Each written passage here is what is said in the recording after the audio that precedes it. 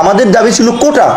এখন আমরা DC office আমরা চালাবো, এসপি অফিস আমরা চালাবো, সচিবালয়ে বসে ডিসি নিয়োগ আমরা দেবো, এসপি নিয়োগ আমরা দেবো, সচিব নিয়োগ আমরা দেবো।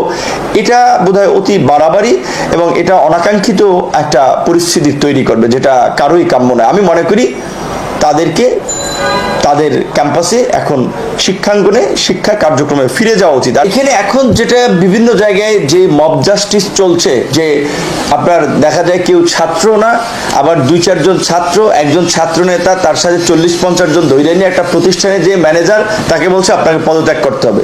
কোনো ব্যাংকে গিয়ে বলছে যে আমরা ওই আহত ছাত্রদের সহযোগিতা করতেছি, বন্যার্থদের জন্য ফান্ড তুলতেছি, আমাদেরকে আপনার CSRS থেকে আমাদেরকে 1 কোটি টাকা দেন, আমাদেরকে 10 লাখ টাকা দেন, আমাদেরকে 5 লাখ টাকা দেন। মানে একটা হরিলুট বলতে পারেন, কিছু এটা চলছে। এখন কে করছে, কোথায় করছে, কে কার দায় নিচ্ছে, সেটা কেউ নিতে চাচ্ছে না কোথাও। এইটা কেন হচ্ছে?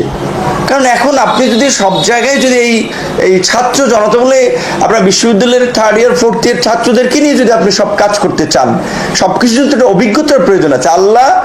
আল্লাহ নবীকে, ইসলাম ধর্মের প্রবর্তক, বিশ্বের সর্বশ্রেষ্ঠ মহামানব, তাকে নবুয়ত দিয়েছে 40 বছর বয়সে। সবকিছুর জন্য তো একটা ম্যাচুরিটি, একটা অভিজ্ঞতার দরকার আছে। গ্রাজুয়েশন শেষ হয় না, 3rd ইয়ারের পরে কিংবা গ্রাজুয়েশন লেভেলে আছে, তাকে দিয়ে যদি আপনি রাষ্ট্র চালাতে চান, অনেক ক্ষেত্রে কিন্তু সেটা হিতে বিপরীত হবে। এবং এখন অনেক ক্ষেত্রে তাই হচ্ছে। রাজনৈতিক দলগুলো এই বিশেষ করে অনেক ক্ষেত্রে এই ছাত্র আন্দোলনের নেতৃবৃন্দ অনেকে মুখোমুখি দাঁড়াচ্ছে। হ্যালো গাইস, আসসালামু আলাইকুম। তো ভিডিওটা দেখে আমার অনেকটা ভালো লাগছে। আমি মন থেকে বিপি নূরকে পছন্দ করি না, পছন্দ করি না এর জন্য যে বিপি নূর হয়েছে একটা তেলবাজ, চাটুকার দালাল। কারণ এ কথা বলার কারণ হচ্ছে গিয়া, ও যখন বিপি হয়েছে তখন মনে করেন যে শেখ হাসিনারে ও বলে যে আমার মা মারা গেছে ছোটোবেলায়, আমি আমার মায়ের মুখ আপনার মুখের মধ্যে দেখতে পাই, মায়ের চেহারা আপনার মুখে দেখতে পাই, আপনি আমার মায়ের মতো। তো ও ক্ষমতার জন্য শেখ হাসিনারে মা বানাইতে পারছে।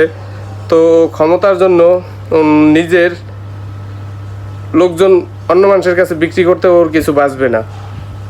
তো ও যে কথাগুলো বললো, এই বাচ্চা স্টুডেন্টদের দিয়ে দেশ চালানো সম্ভব না, এতে আরও দেশের ক্ষতি হবে।